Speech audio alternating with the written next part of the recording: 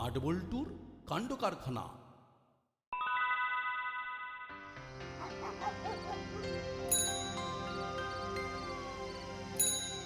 আজ একটা অন্য বিষয়ে মিটিং ডেকেছি।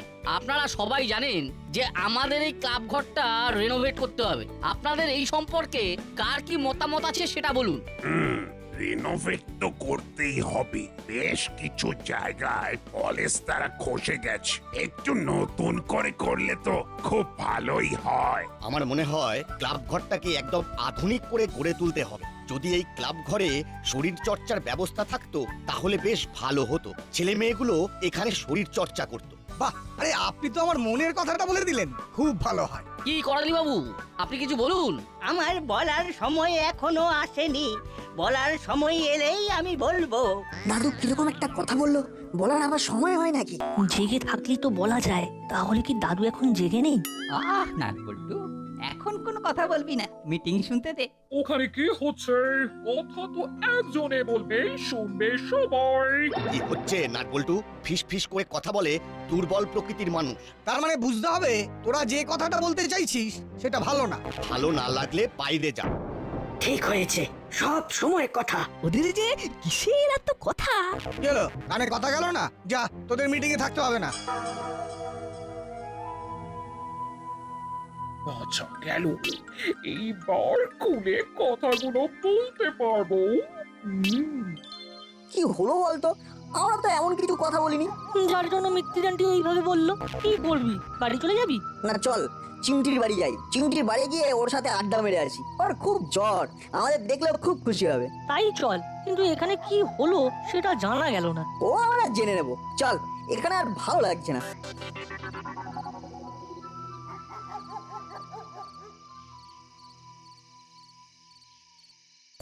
সবাই সবার মত জানিয়ে দিয়েছে, শুধু করালি বাবু আর মিত্তির ম্যাডামই বাকি আছে। এবার আপনারা আপনাদের মতামতটুকু জানিয়ে দিন। সবাই সবার কথা বলে নিয়েছে, এবার আমরা কিছু বলবো।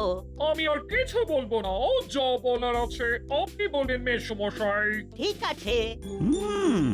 দাদু আর ওই মিত্তির ম্যাডাম একটু আলাদাই অ্যাটিটিউড দেখাচ্ছেন। বেশ ভালো রকমের মাছের আষ্টে গন্ধ পাচ্ছি। দাসপাড়ার সবাই খুব ছোট করে চিন্তা করছে, আমরা একটু বড় করে ভাবি।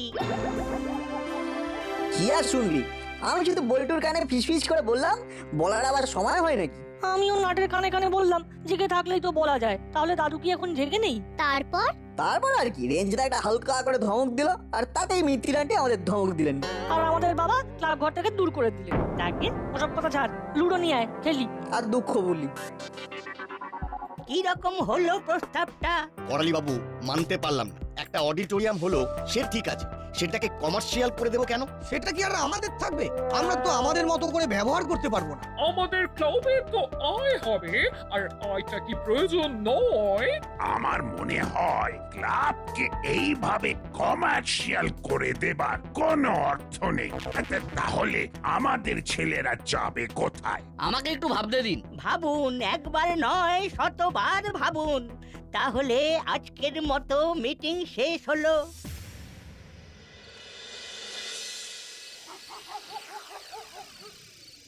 বড়বাবু, এটা কিন্তু মানতে পারলাম না। আমাদের ক্লাব ঘর আমরা অনেকভাবে ব্যবহার করি, এবার অনুষ্ঠানের জন্য ক্লাব ঘর ব্যবহার করতে গেলে আমাদের পয়সা দিতে হবে। কর্মকর্তা বাবুর কথা শুনে মনে হলো তিনি এই প্রস্তাবে রাজি আছেন। না না না, মিত্তির দিদি একদম ঠিক কথা বলেননি। বড়বাবু, আপনি বলুন। আমি তো প্রথম থেকে এর বিরুদ্ধে ছিলাম, এবার দেখা যাক কর্মকর্তা কি ভেবে বলেন। করালি বাবু হঠাৎ করে দাসপাড়ার একতাকে নষ্ট করতে চাইছে কেন সেটা বুঝতে পারছি না। কারণটা খুব সোজা মাখন বাবু, ওনারা প্রমোটিং করে লাভ করতে চাইছেন। ভালো করে প্রতিবাদটা করতে হবে। আমি আপনাদের সাথে আছি। একটা কথা বলছি আপনাদের, নাট বল্টুকে ওইভাবে বলাটা ঠিক হয়নি।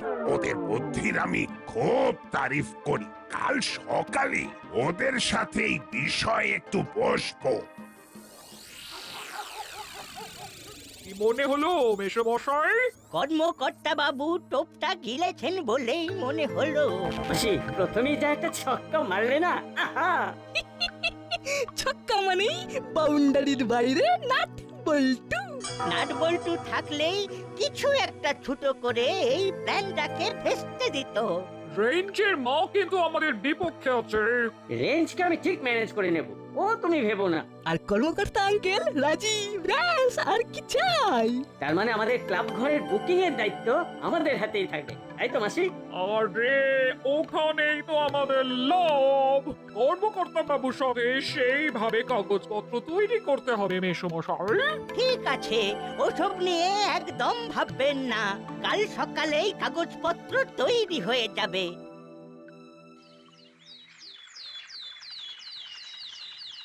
কিছু একটা করতে হবে রে বল্টু। ক্লাব ঘর যদি আমাদের না থাকে তবে কিন্তু খুব খারাপ হবে।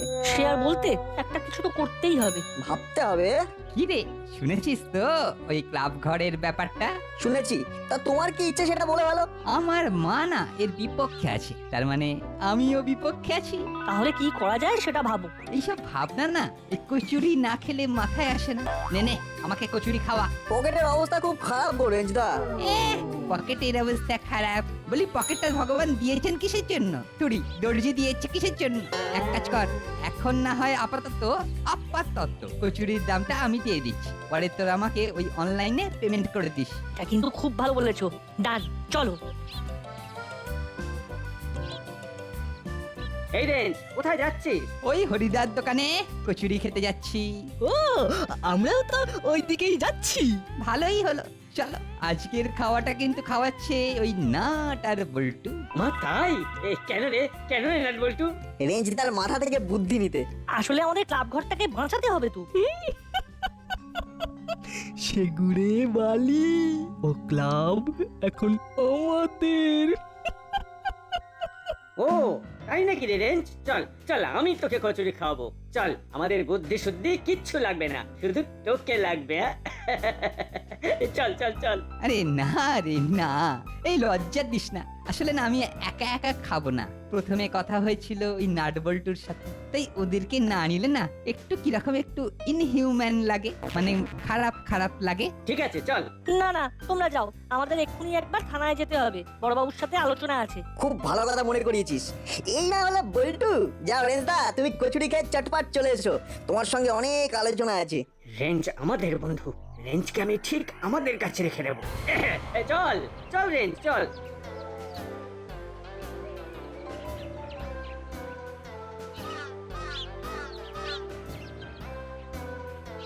আমরা তিনজন এক থাকলেই সবকিছু ঠিকঠাক হয়ে যাবে। চল, আর দেরি করে লাভ নেই।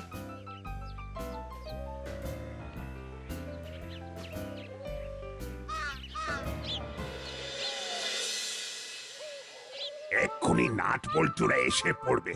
আমরা এসে গেছি বড়বাবু। আয় আয় আয়, তোদের জন্যই তো অপেক্ষা করছি।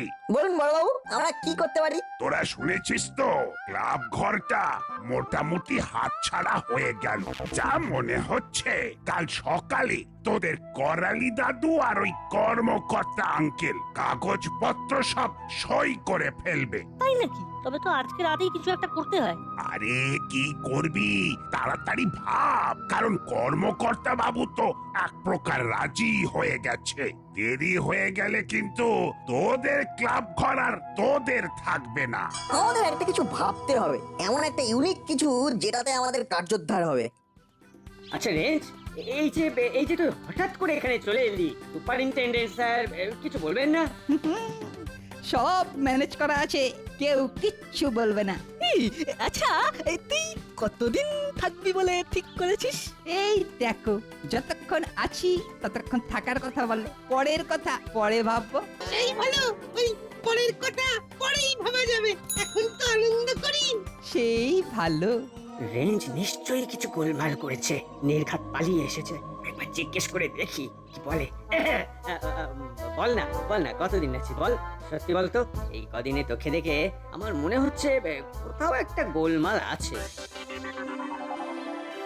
বড়বাবু, আমরা একবার প্রফেসর আঙ্কেলের কাছে যাব। প্রফেসর আঙ্কেল নিশ্চয়ই কিছু একটা আইডিয়া দেবেন। ঠিক বলেছিস, তাহলে আজই চল। আরে এইটা তো মাথায় আসেনি। কি তোর মাথায় আসেনি? একটা চরম আইডিয়া মাথায় এসেছে। কি আইডিয়া? শুনুন।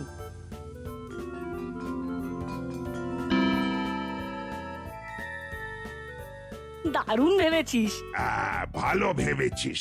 কিন্তু যা করবি সাবধানে। জেলার মুড়িলালকে আমি বলে দেব, আমার কথা ওরা গুরুত্ব দিয়ে শুনবে। চল পুরো বিষয়টা নিয়ে চিন্তির সাথে আলোচনা করি, তারপর প্রফেসর আঙ্কেলের সাথে কথা বলবো। যা যা, ও বেচারি জ্বরে পড়ে আছে, ও তোদেরকে দেখলে খুব আনন্দ পাবে। তাই তো যাচ্ছি, চিমটিকে পুরো বিষয়টা জানাবো। আসছি বড় বাবু।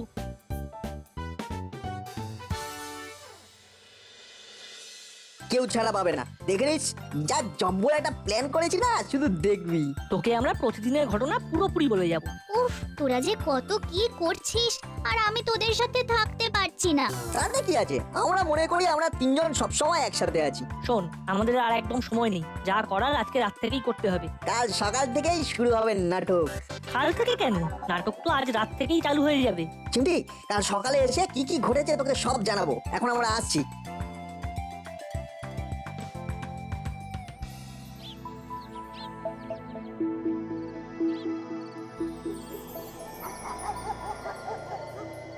তাহলে কাল দুপুরে কাগজপত্র সব তৈরি হয়ে যাবে মেশমশাই?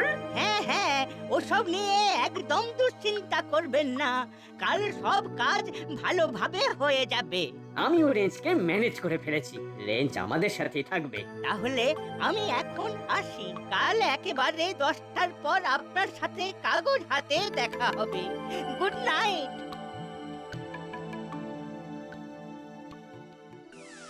চাঁদ নেই আকাশে, তাই লাগে ফ্যাকাশে, চোখে কত স্বপ্ন ভাসে। ও চাঁদ নেই আকাশে, ও কালো রাত কথা কয়, মাঝে মাঝে ভয় হয়,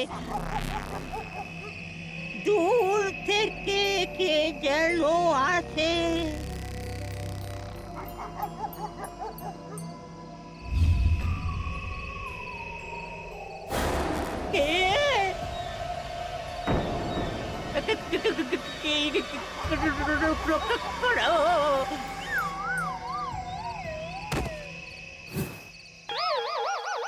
অজ্ঞান হয়ে গেছে।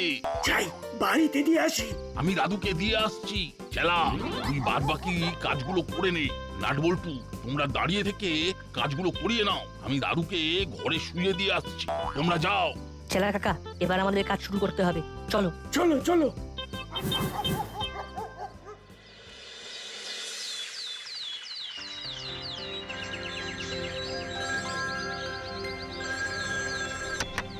হ্যাঁ, হ্যালো। আমি বল্টুর মা বলছি। হ্যাঁ, বলুন দিদি। সর্বনাশ হয়েছে। কেন, কি হয়েছে? মেসমশাই খুব অসুস্থ। কাল রাতে বাড়ি ফেরার সময় উনি নাকি ভূত দেখেছিলেন। ভূত? হ্যাঁ, দাসপাড়ায়? হ্যাঁ। আপনি কি করে জানলেন? আরে বল্টুর বাবা বাজার করতে গিয়ে খবরটা পেয়েছে। তা এখন কেমন আছে? বল্টুর বাবা বলল যে এখন একটু ধাতস্থ হয়েছে, কিন্তু ট্রমার মধ্যে আছে।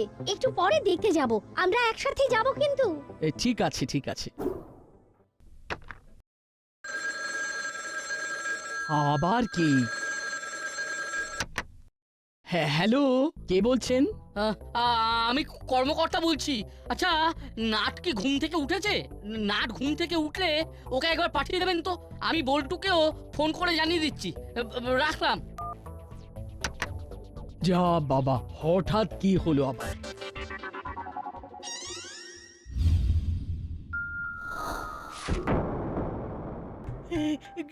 কি যে হলো কিছুই বুঝতে পারছি না, কিন্তু যা হলো সেটা ভালো হলো না। আরে আপনার বাড়ির পাঁচিলে কে যেন পোস্টার লাগিয়ে গেছে, কোনো খারাপ কাজ করার আগে সাবধান। মানে? আচ্ছা, আপনি কি কোনো খারাপ কাজ করতে যাচ্ছিলেন? খারাপ কাজ? কি জানি। ঠিক কি ঘটেছিল বলুন তো? ওরে বাবা, আর মনে করাবেন না।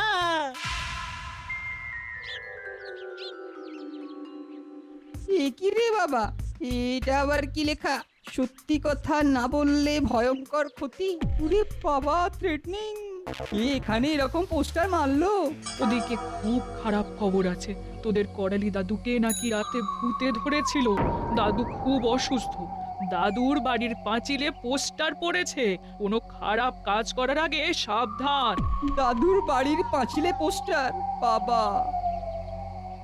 সত্যি কথা না বললে ভয়ঙ্কর ক্ষতি। ভালো চাও তো আসল কথা বলে ফেলো। এটা আমাদের বাড়ির দেওয়ালে কেন? বুঝেছি, লেটে হলো বুঝেছি। এ নির্ঘাত ওই হুলোর কাজ। আমাকে ভয় দেখিয়ে ওদের দলে নিতে চাইছে। কি হলো, কথা কানে যাচ্ছে না? কি সত্যি গোপন করেছিস রেঞ্জ? এই মাটি করেছে, এইবার কি যে বলি। সত্যি বললে মায়ের মার তো একটাও বাইরে পড়বে না। উড়ি বাবা, কি জ্বালা। কিরে চুপ কেন? কি কথা গোপন করেছিস? বিশ্বাস করো মা, বিশ্বাস করো, আমি কিচ্ছুটি করিনি। এইসব হলো ওই হুলোর কাজ। হুলো হুলো ওদের কাজে আমাকে নেওয়ার জন্য এইসব করেছে। আমি সত্যি বলছি মা, আমি এক্ষুনি ওদের সাথে দেখা করে সব জানাচ্ছি। এটা না, এটা এক ধরনের ব্ল্যাকমেল মা। কিন্তু তুই কি লুকোচ্ছিস সেটা আগে বল। কেন তোকে ব্ল্যাকমেল করবে? তুই কি করেছিস? বাবা, এত কান্নাতেও মায়ের মন গলে না। কি গিরতে পড়লাম রে বাবা। এই মায়ের চোখ নাকি এক্সরে? আচ্ছা, তুই বোর্ডিং থেকে হঠাৎ এলি কেন? মানে ওই হঠাৎ মানে মন কেমন, তোমার জন্য না ভীষণ ভীষণ মন কেমন করছিল মা। চুপ, খালি মিথ্যে কথা। ঘরে চল, তোর হচ্ছে। সব গেল, কোথা থেকে কি যে হলো। ব্যাপারটা কি হলো বলুন তো কর্মকর্তা বাবু? আপনি কেমন যেন আপসেট হয়ে রয়েছেন। ফোনে আপনার গলাটা কেমন ভূতে পাওয়া মনে হলো। নাটবল্টু, আমি তোদের খুব কষ্ট দিয়েছি। কাল আমি বুঝতে পেরেছি ক্লাব ঘরটার জন্য তোদের ভালোবাসার সীমা নেই। কি হয়েছে আঙ্কেল? আমরা তো কিছুই বুঝতে পারছি না। তোরা শুধু এইটুকুনি জেনে রাখ, ক্লাব ঘরই থাকছে। হঠাৎ কি হলো আঙ্কেল? কি আর হবে, জানিস তো তোদের আন্টি আজ 3 দিন হলো বাবার বাড়ি গেছে। হ্যাঁ জানি তো। আমি একা থাকি। কাল রাতে ঘুমিয়ে পড়েছি, হঠাৎ একটা আওয়াজে ঘুম ভেঙে যায়। দেখি খোলা জানলা দিয়ে হু হু করে ধোঁয়া ঢুকছে, আর সেই ধোঁয়ার আস্তরণ সরিয়ে একটা কঙ্কাল আমার দিকে তাকিয়ে আছে। হঠাৎ কঙ্কালটা হেসে উঠলো।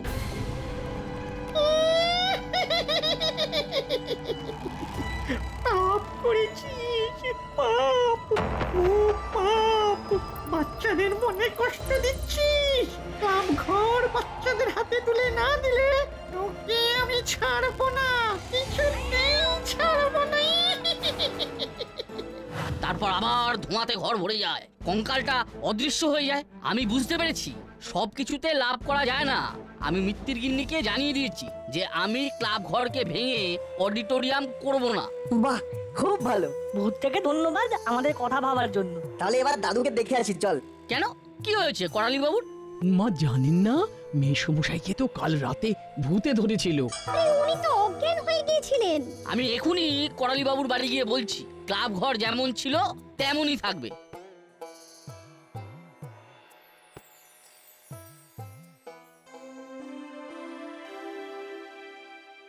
না না, এ হতে পারে না। এতখানি এগিয়ে এসে এভাবে আপনি না বলে দিলেন। ও না বলেছি কি সাধে? ভূতের ভয়ে জানলা দিয়ে ওইভাবে কঙ্কাল তাকিয়ে হাসছে, সেটা তো আর আপনি দেখেননি। দেখলে বুঝতেন। ঠিক বলেছেন ম্যাডাম, ক্ষমা করবেন। আমি অপঘাতে মরতে চাই না। অডিটোরিয়াম হোক না দাসপাড়ার অন্য কোনো জায়গায়। খুব ভালো বলেছেন। ঠিক আছে, আমি এই অডিটোরিয়ামের জন্য জমির দায়িত্ব নিলাম। আর কর্মকর্তা বাবু, আপনি ক্লাব ঘর রেনোভেট করার দায়িত্ব চেলা আর মুড়িলালকে দিয়ে দিন। ঠিক আছে বড় বাবু, আপনি যা বলবেন। কিরে মুড়িলাল, পারবি তো? পারবো না কেন, আমরা সব কাজ পারি। ও, একটা পর্ব শেষ হলো। প্রত্যেক গল্পের একটা মরাল থাকে, এখানেও আছে। সেটা কি বলতো রেঞ্জ? কি কি কি মরাল? মরাল কিন্তু মা সত্যি বলছি, ঠিক বুঝতে পারছি না। সেটা হলো সত্যি কখনো চাপা থাকে না। কিরে, তাই তো? হ্যাঁ না মানে হ্যাঁ। যাক, তাহলে আমাদের ক্লাব ঘর এই যাত্রায় বেঁচে গেল। তা করালি বাবু, এবার কি একটু ভালো বোধ করছেন? করছি, কিন্তু দিন শেষ হলে আবার তো রাত আসবে, সেই ভয়টাই করছি। আমি আছি তো দাদু, রাতে আপনার সাথে থাকবো। বাহ, এই তো সমস্যার সমাধান হয়ে গেল। কি বল বল্টু? ঠিক আছে, আমি আমার গিন্নিকে এক্ষুনি ফোন করে দিচ্ছি। ব্যাস, সমস্যার সমাধান হয়ে গেল। নাট, এবার সব ঘটনা চিমটিকে জানাতে হবে। চল, ও বেচারি আমাদের খবরের জন্য অপেক্ষা করছে। চল চল। হ্যাঁ, যা যা যা, তাড়াতাড়ি যা। নাট বল্টু পুরো বিষয়টাকে বেশ ভালোভাবেই নামিয়ে দিল। এই ভূতের আইডিয়াটা বেশ ভালোই ছিল, কি বলো? এই জন্যই তো বলি নাট বল্টুর জবাব নেই।